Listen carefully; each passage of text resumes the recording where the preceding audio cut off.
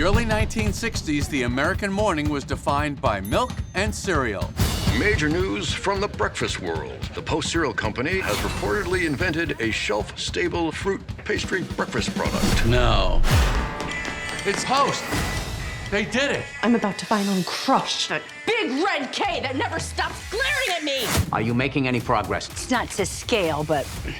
What are you guys, 5 years old?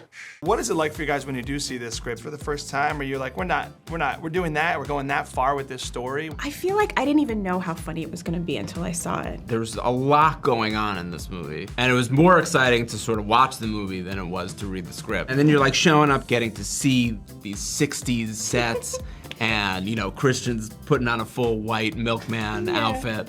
And I think you go, oh, I'm starting to like understand what the actual vibe of this thing is. I am curious. I'm a goofy guy. When you're doing stuff with Jerry Seinfeld, right? Like, is there an inner monologue when you're around him where you're like, don't do a bit to Jerry as you're acting with him? Yeah, when I first met him, I did a bit. I You felt did? really bad about it. Did you really? Yeah. Oh, this is what I.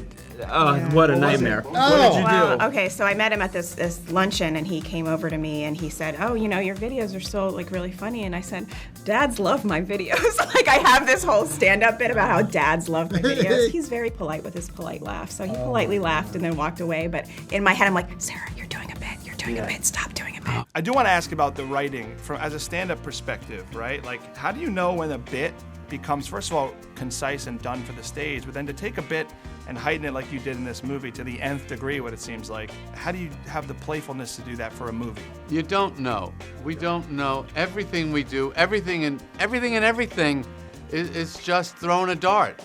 I hope this joke works. I hope this movie works. You don't know. But I'll be honest with you. Did you see it last night with everybody? Mm-hmm. So that kind of, and I've been hearing that people liked it. That's kind of our first screening of the finished movie in front of just regular people. That you're not regular, you're in the business, but so I felt really good that people seem to like it. It's a blast. I have to tell you both, I do stand up, I've been at Gotham, and I've been there and I've been so nervous either of you will walk in and do a set before me. Oh yeah. So my question for both of you real quick is, who was that for you when you started? Well, I used to go on in front of Rodney Dangerfield and David Brenner and Billy Crystal, people that were way ahead of me, you know, but don't you think the fear keeps you going, right?